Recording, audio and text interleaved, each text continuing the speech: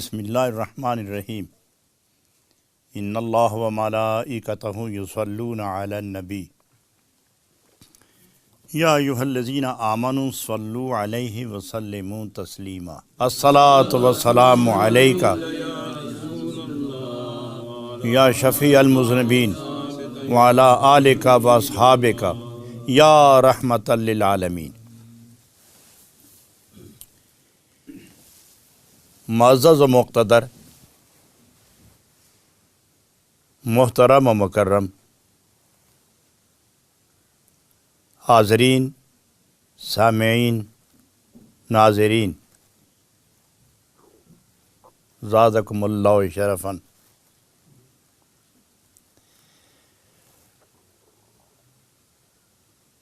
آج پھر نور T V کی وساطت سے میری اور آپ کی ملاقات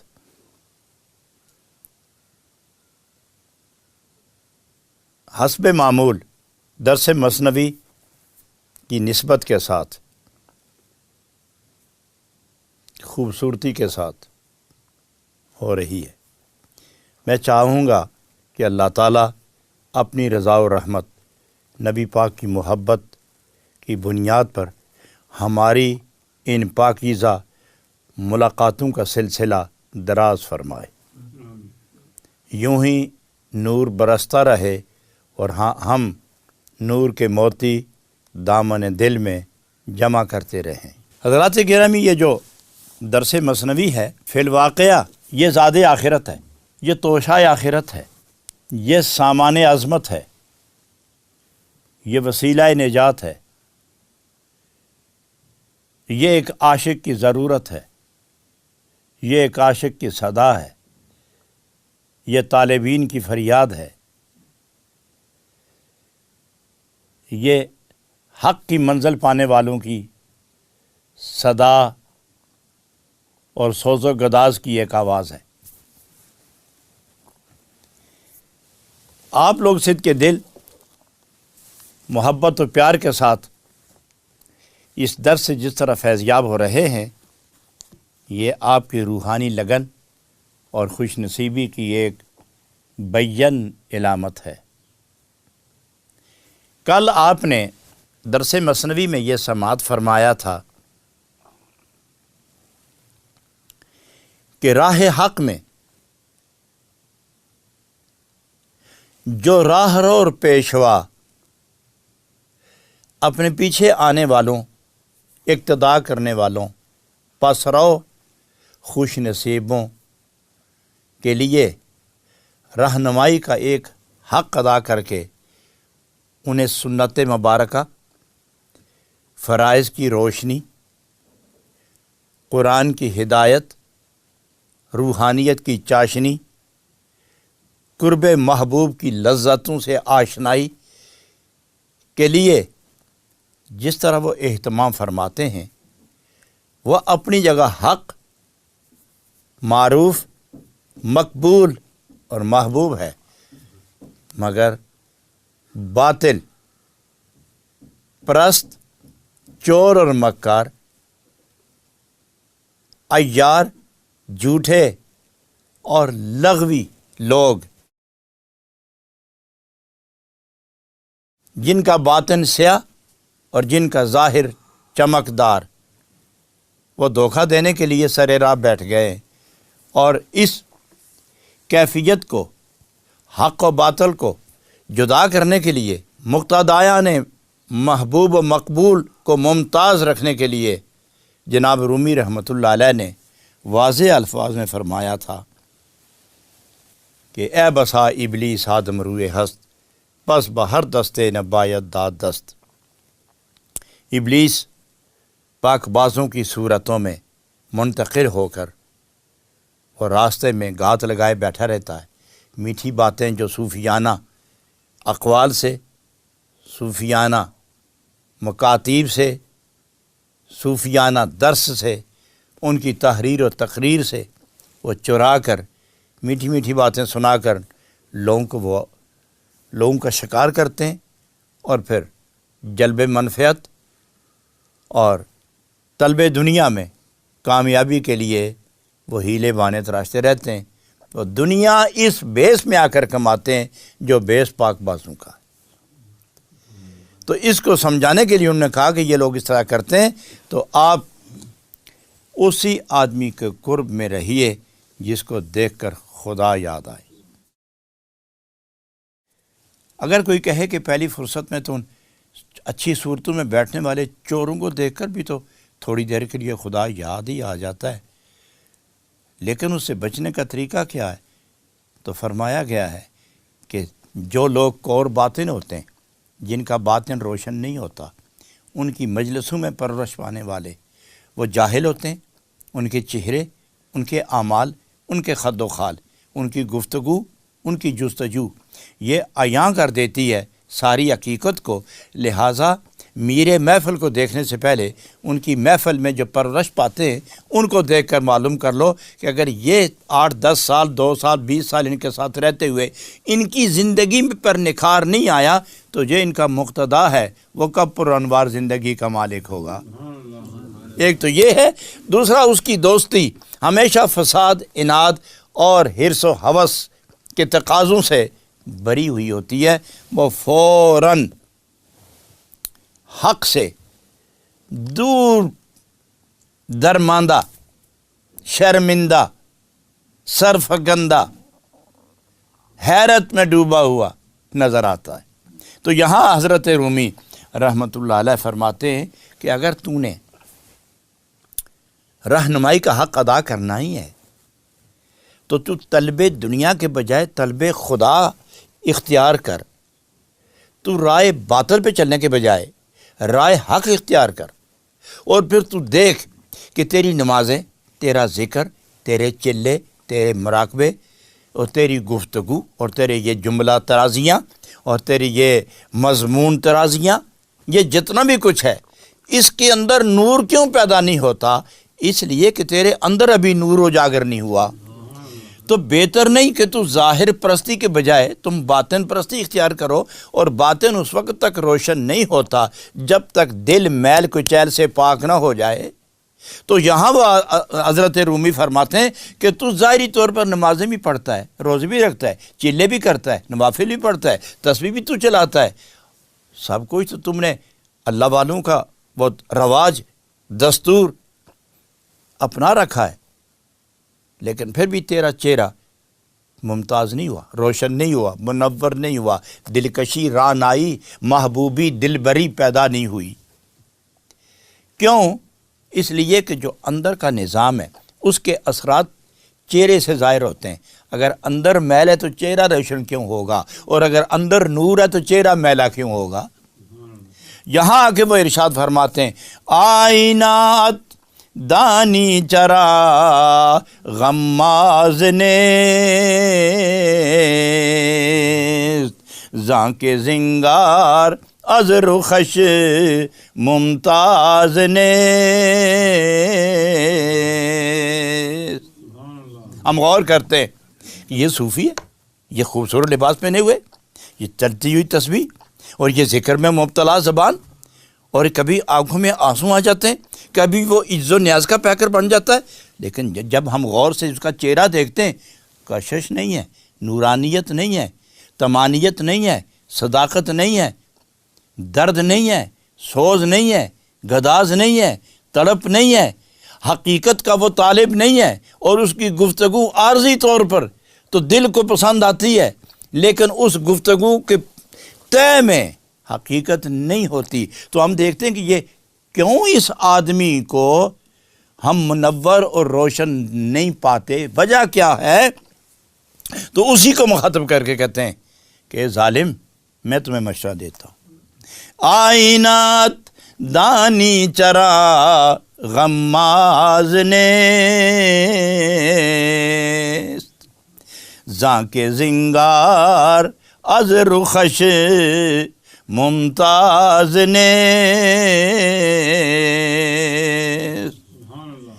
تیرے دل کا شیشہ میلا ہے، اس پر گناہ کا زنگ چڑھا ہوا ہے، اس میں حرص و ہوس ہے، اس میں دنیاوی طلب ہے، اس میں جاہ پرستی ہے، اس میں مال پرستی ہے، اس میں شہوت پرستی ہے، اس میں نفس پرستی ہے، اس میں ہوس پرستی ہے۔ حرص و ہوس کے قیدی، دنیا کی طالب، تم حقیقت سے محروم ہو، تیرا دل میلا ہو گیا ہے، تیرا دل میلا ہو گیا۔ اسی کے ساتھ ایک اور شعر، وہ تو بہت آگے آئے گا لیکن میں اس کو مناسبت سے یہاں ملا رہا ہوں، ہے وہ کئی باب آگے ہے لیکن میں اس کو ملا رہا ہوں۔ تو فرماتے ہیں کہ تو نے 40 سال اس شکل و صورت میں تو گزار دیے لیکن سوچا نہیں کہ تیرا باطن روشن کیوں نہ ہوا۔ تو یہی تو سوچ کہ تیری 40 سال کی نمازیں کدھر گئی ہیں، وہ روزے کدھر گئے، وہ تسبیح و تہجد کدھر گئے۔ تو یہاں آ کے وہ فرماتے ہیں گندوں میں آمال چل سالاں کجاست لیک موشے دزد در انبان ماست۔ تو نے گندم کی بوری بھری رکھی تھی نا، سب خالی ہو گئی، کہاں گئی؟ اوپر سے ڈالتے جاتے ہو، غائب ہوتے جاتے ہیں دانے، اوپر سے گندم بوری میں ڈالتے چلے جاتے ہو اور وہ غائب ہوتے چلے جاتے ہیں۔ سوچا تو نے نہیں کہ میں بوری کے اندر گندم ڈالتا چلا جا رہا ہوں اور دانے گم ہوتے چلے جا رہے ہیں، یہ قصہ کیا ہے؟ تو نے سوچا ہی نہیں، ڈالنا سیکھا ہے، ڈالنا سیکھا ہے، تحقیق کرنا نہیں سیکھا۔ تو نے نمازیں پڑھنے سیکھی ہیں، اس کی نور کو تلاش کرنا کا طریقہ نہیں سیکھا تو نے۔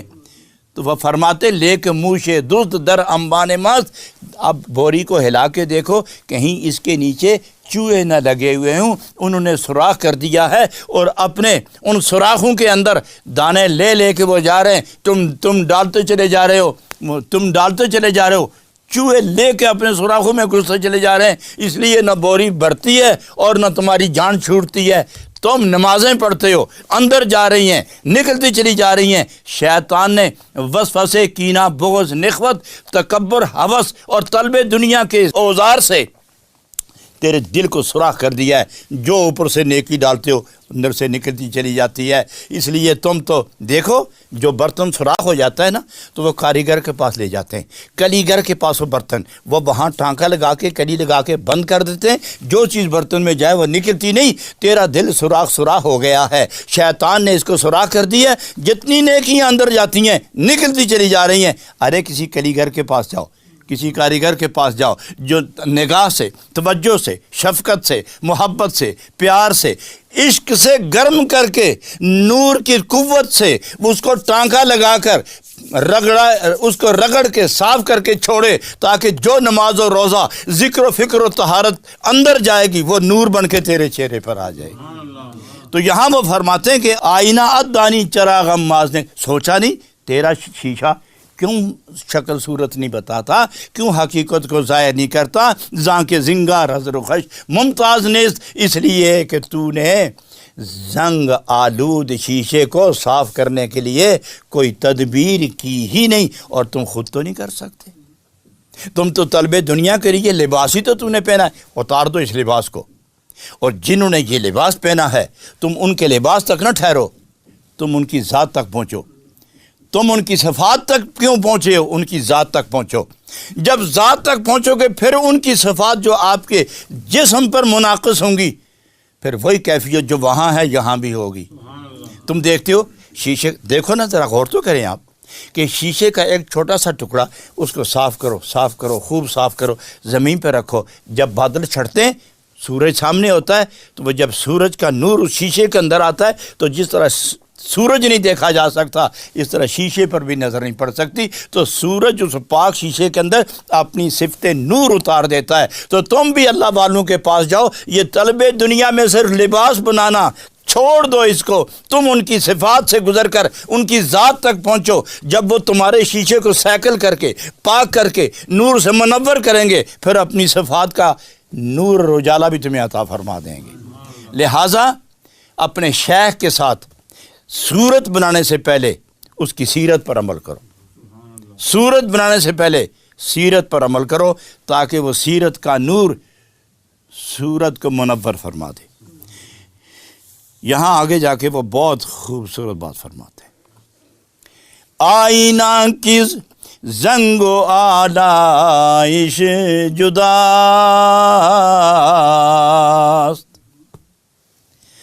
آئینہ کس زنگ و آلائش جداست،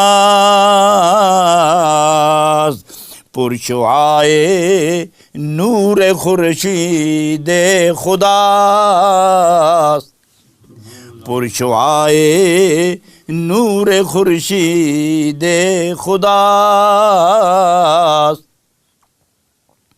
اگر تیرا اندر کا شیشہ، تیری روحانیت، تیرا نفس مطمئن ہو جائے، تیرا دل بیدار ہو جائے، تیری روح پاک ہو جائے اور اندر روح و دل کا شیشہ صاف ہو جائے تو خورشید خدا کا نور اس کے اندر اتر آتا ہے۔ گویا خدا اپنے جلوے اس وقت منتقل کر دیتا ہے کہ جب اندر پاک اور صاف ہو جائے۔ میں آپ سے ایک بات نہ پوچھ لوں، آپ ذرا اپنے آپ سے میں سوال کرتا ہوں، آپ خود سوچیں اور خود جواب دیں۔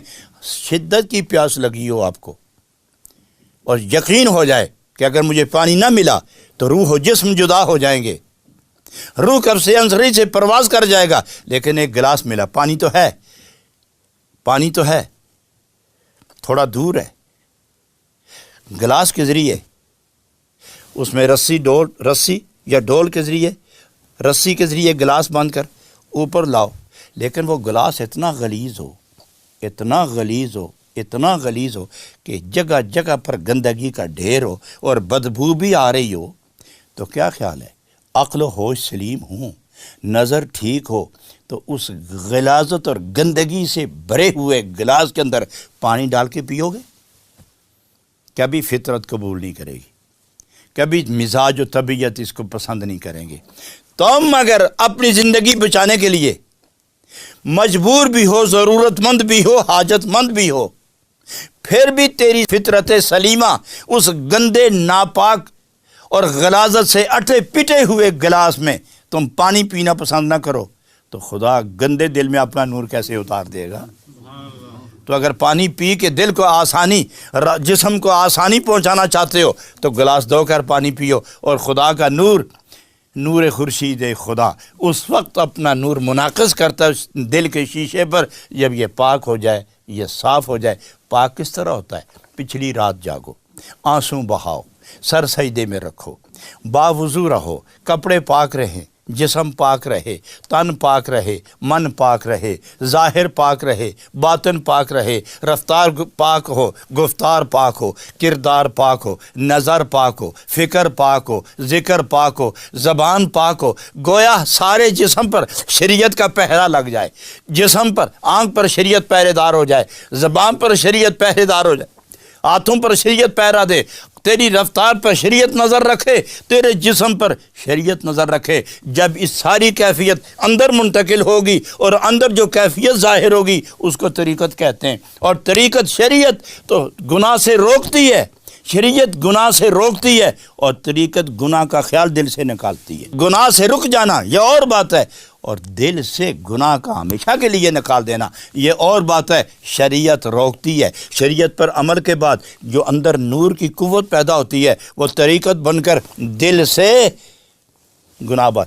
یہ ہے کہ اندر کچھ گند و غلاظت پڑے ہوں اور اس پر کمبل، چٹائی اور کارپیٹ ڈال کے چھپا دیا جائے، یہ اور بات ہے۔ ایک یہ کہ کمبل، چٹائی، دری وغیرہ، کارپیٹ وغیرہ ہٹا کے جھاڑو لگا کر صاف کر دیا جائے، یہ اور بات ہے۔ تو گویا گناہ سے روکنا یہ شریعت کا کام ہے، اور محبت و عشق کا جھاڑو لگا کے صاف کر دینا یہ طریقت کا کام ہے۔ تو اس لیے آپ نے فرمایا کہ نااہل و پاک بازوں کی سیرت کے مطابق اپنی سیرت بنانا ہی چاہتے ہو تو دل صاف کرو، اور دل تم کب خود صاف کر سکتے ہو؟ یہ دل والوں کے پاس جاؤ۔ ہیچ چیزیں خود بخود چیزیں نہ شد، ہیچ آہن خود بخود تیغے نہ شد۔ 1000 من لوہا پڑا رہے، ساری عمر پڑا رہے، صورت نہیں بنا سکتا، اور 10 فٹ لکڑ پڑی رہے، یہ لکڑی پڑی رہے، نہ یہ ممبر بنے، نہ یہ محراب کی چوکھٹ بنے، نہ یہ دروازہ بنے، نہ یہ کھڑکی بنے، نہ یہ کرسی بنے، نہ یہ ممبر بنے، نہ یہ ستون بنے، نہ یہ لاٹھی بنے، یہ کچھ بھی نہیں بن سکتی۔ ہاں، اس سے کاریگر جو چاہے بنا سکتا ہے، کاریگر۔ تو تم بھی اگر دل کا آئینہ صاف کرنا چاہتے ہو تو خود کیا کر سکو گے؟ کسی ایسے کے پاس جاؤ جس کا کام ہی ہے کہ دلوں کو صاف کرنا۔ جب ان کے پاس جاؤ گے تو وہ نظر سے، فکر سے، توجہ سے، محبت سے آپ کے دل کے آئینے کو صاف کر دیں گے۔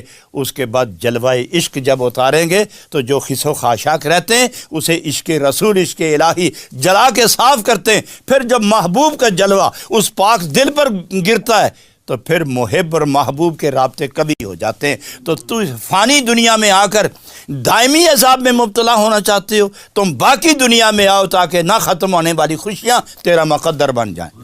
اللہ غنی۔ یہاں آ کے جناب رومی رحمۃ اللہ علیہ فرماتے ہیں رو تو زنگار از رخے او پاک کن بعد از آن نور را ادراک کن۔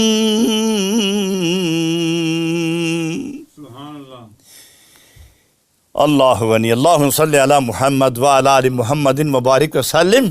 کیا نور کی کیفیت ہے اور کیا پیارا مشورہ ہے اور کیا حقیقت آشنا اور دل بستہ کیفیت ہے۔ آپ ارشاد فرماتے ہیں اللہ کے بندے رو تو زنگار از رخے او پاک کن، نکلو نا اپنی منزل سے، اپنی مسند سے، اپنے دربار سے، اپنی چوکٹ سے، اپنے گھر سے، یہ جو تم نے فانی چکر چلا رکھے ہیں، توڑو اس سارے جال کو، باہر نکل، اس جال کو توڑ اور باہر نکل اور دیکھ کہ میرا چہرہ اگر روشن ہے تو دل بھی روشن ہے کہ نہیں۔ دل اور سینہ اور چہرہ جب یہ سارے روشن ہو جائیں تو پھر اللہ کے نور کا ادراک اور نور نبوت کے فیضان کا ادراک تمہیں میسر ہو جائے گا۔ تو جب تمہیں نور نبوت کے فیضان اور جلوہ توحید الہی کا نور تجھے میسر آ جائے گا تو پھر تو ظاہر پرست نہیں ہوگا، حقیقت پرست ہو جائے گا۔ پھر تو نفس پرست نہیں ہوگا، تو ذات پرست ہو جائے گا۔ پھر تیرا سجدہ جھوٹا نہیں ہوگا، پھر یہ سجدہ بھی محبت والا ہوگا۔ اور جب انسان سجدہ کرتا ہے تو اس محبت میں ڈوب کر بالکل قرب کی منزل پر جا کے سبحان ربی الاعلیٰ کہتا ہے، چونکہ عشق محب اور محبوب کے درمیان تمام رکاوٹوں کو اور رذائل کو، نقائص کو جلا کے ہٹا دیتا ہے، اور وہ پردے جو محب کو محبوب تک نہیں جانے دیتے وہ عشق جلا دیتا ہے۔ اور حضرت حافظ رحمۃ اللہ علیہ فرماتے آن جا کے زاہداں بہزار اربعین رسند مست شراب عشق بیک آہ می رسد۔ جہاں زاہد 40 سال کے سجدے کر کے بھی نہیں پہنچتا، وہاں عاشق سچا ایک آہ بھر کے اس منزل سے آگے گزر جاتا ہے۔ آن جا کے زاہداں بہزار اربعین رسند مست شراب عشق بیک آہ می رسد۔ جہاں زاہدین 40 سال کے بعد بھی نہیں پہنچتے، وہاں عاشق محبوب کی طرف لگن میں مگن ہو کر جب دل سے آہ نکالتے ہیں تو اس سے بھی آگے نکل جاتے ہیں۔ اس لیے حضرت حسن بصری ایک عاشق کو طواف کرتے دیکھا، ایک عاشق کو طواف کرتے دیکھا تو حضرت حسن بصری بہت باکمال شخصیت، وہ ہر وقت ان پر عرفان کی کیفیت طاری رہتی تھی، اور جب وہ بات کرتے تھے تو اس طرح لوگوں کے روح و دلوں میں اتر جاتی تھی جس طرح ہلکی بارش ریت میں جذب ہو جاتی ہے۔ تو پتھر دل جب ان کی بات سنتے تھے تو پتھر بھی پگھل جاتے تھے ان کی شیرینی گفتار سے۔ تاثیر اور لطافت گفتگو لوگوں کو کو بکو پھرنے سے ہٹا کر ایک کی جستجو میں لگا دیتے تھے۔ حضرات گرامی، انہوں نے ایک آدمی دیکھا طواف کر رہا ہے، ایک آدمی دیکھا وہ طواف کر رہا ہے، لیکن اس کے دل سے سر سے عرش تک ایک نور کی کرن ہے جو جا رہی ہے اور آ رہی ہے، اور یہ طواف کر رہا ہے۔ تو آپ نے دعاؤں میں کثرت کے بجائے اس کے پیچھے ہو گئے، اور جہاں وہ رکتا یہ رک جاتے، جہاں وہ چلتا وہ چلتے۔ جب وہ مقام ابراہیم پر آ کے طواف ختم کر کے طواف کے 2 نفل پڑھنے لگا مقام ابراہیم پر، تو دیکھا کہ اس پر اتنا نور کی بارش ہوئی کہ وہ ڈوب گیا اس نور میں۔ اللہ غنی۔ تو وہ جناب حسن بصری رضی اللہ عنہ فرمانے لگے میری 30 سال کے حج اور روزے اور نمازیں تو لے لے، یہ آہ و درد سوزمندی مجھے عطا کر دے۔ میں 30 سال کے روزے اور حج یہ تمہیں دیتا ہوں، تم یہ مقام آہ مجھے دے دو۔ اللہ غنی۔ یہ آہ بھی کوئی کمال معاملہ ہے، اللہ غنی۔ یہ عاشق جب جلے ہوئے دل سے آہ کرتے ہیں نا، عرش کے کنگرے ہل جاتے ہیں، اور اس وقت اللہ رب العالمین بار بار پوچھتا ہے، اے میرے عشق میں جلے ہوئے انسان، یہ تیری آہیں میری رحمت کے دریا کے اندر ایک طوفان برپا کر رہی ہیں، چاہو کیا چاہتے ہو؟ یہی چاہتے ہیں کہ بس پردہ اٹھے، میں اور آپ سامنے ہوں اور تیرے جلوے میں گم ہو جاؤں، تو ہی تو رہ جائے۔ باہر کا یہ وہ مقام ہے دوستو جسے عشق والے لوگ طے کرتے ہیں، یہاں زاہدین نہیں پہنچتے، عاشق پہنچتے ہیں، اور زہد و عشق جب دونوں مل جائیں تو قوت میں اضافہ ہو جاتا ہے، زہد بھی ہو اور عشق بھی ہو، سجدہ بھی ہو اور جمال بھی ہو، سجدہ بھی ہو اور عشق کے اندر جلنے کی وہ جو عاشقوں کی عادت ہے، یہ عادت و عبادت، عشق میں جلنے کی عادت اور سر سجدے میں رکھنے کی عبادت، یہ جب دونوں اکٹھی ہوتی ہیں تو منہ سے نکلتا ہے سبحان ربی العالی۔ جب تک خدا اس بندے کو جواب نہ دے دے وہ بندہ سر اٹھاتا ہی نہیں، اور یہ بار بار کہتا ہے سبحان ربی العالی۔ خدا بندے سے خود پوچھے بتا تیری رضا کیا ہے۔ یہ عاشقوں کا مقام ہے دوستو۔ رب العالمین ہمیں اس مقام پر پہنچنا تو خیر اللہ کے لیے، اللہ کے محبوب کے لیے مشکل نہیں، ہمارے لیے مشکل ہے۔ جو چیز ہمارے لیے مشکل ہے ان کے سامنے مشکل ہی نہیں ہے، کوئی مشکل نہیں۔ لیکن جو لوگ اس منزل کو طے کر چکے ہیں، اگر ہم نہیں کر سکے تو جو طے کر چکے ہیں یہ منزل، خدا ان کی محبت، معیت، صداقت بھری رفاقت ہمیں نصیب فرمائے، یہ دنیا بھی سنور جائے، قبر حشر بھی سنور جائیں، اور معیت جو دنیا میں قائم ہوتی ہے اسی کے نتیجے میں قیامت میں بھی خدا معیت، رفاقت اور محبت عطا فرماتا ہے۔ حضرات گرامی، آج مختصر سا یہ درس آپ کی خدمت میں پیش کیا گیا، میرے اور آپ کے حال کو اللہ تعالیٰ اپنے پیارے محبوب کے حال کے فیضان سے بحال فرمائے، میرے اور آپ کے سب پچھلے گناہ معاف فرمائیں۔ میں اسی پر اکتفا کرتے ہوئے آج کی مجلس برخاست کرتا ہوں۔ ناظرین و سامعین اور نور ٹی وی کے تمام چاہنے والوں، نور ٹی وی کے مہمانوں، نور ٹی وی کے میزبانوں، یہ تمہارا چینل ہے، یہ آپ کا چینل ہے، خوب دیکھو، اور جن تک یہ پیغام نہیں پہنچا ان تک پیغام پہنچاؤ، اور بجھے ہوئے دیے روشن کرو، اور وہ راستے کہ جسے صراط مستقیم کہا گیا ہے، وہ عشق کے دیے جلا کر جو اس راہ پہ کاروان گزرا ہے اور اپنے نقوش قدم چھوڑ گیا ہے، ان نقوش قدم تلاش کرو، ان ذروں میں سے بھی ہدایت کا نور چمک رہا ہے، اس عشق کے نور سے دیکھتے چلے جاؤ اور منزلیں طے کرتے چلے جاؤ۔ وآخر دعوانا ان الحمدللہ رب العالمین، آمین۔ الحمدللہ رب العالمین، والصلاة والسلام علی سید الانبیاء والمرسلین وعلی آلہ واصحابہ اجمعین۔ الہ العالمین ہم سب کے جو میرے سامنے دوست بیٹھے ہوئے ہیں، جو اس نور ٹی وی کی وساطت سے مجھے تو دیکھ رہے ہوں گے اسکرین پر، لیکن میں اپنی دل کی اسکرین پر ان کی پاکیزہ صورتیں دیکھ رہا ہوں، اپنے خیال کے آئینے میں انہیں سامنے بٹھا کر میں محبتوں کے ساتھ ان کے حق میں دعائیں مانگ رہا ہوں۔ اللہ ان سب پر اپنے فضل و کرم اور بے پایاں احسان کی بارش کا نزول دائمی نصیب فرما۔ اللہ سب کی مشکلیں آسان فرما، گھریلو پریشانیاں، جسمانی پریشانیاں، مالی پریشانیاں، حال کی پریشانی، کال کی پریشانی، الہ العالمین سب کو زوال سے بچا، اس پریشانی سے نجات عطا فرما، اور نبی پاک کی سچی محبت و غلامی اور اللہ والوں کی اللہ اپنے دوستوں کی غلامی نصیب فرما۔ وفوض امری الی اللہ ان اللہ بصیر بالعباد برحمتک یا ارحم الراحمین۔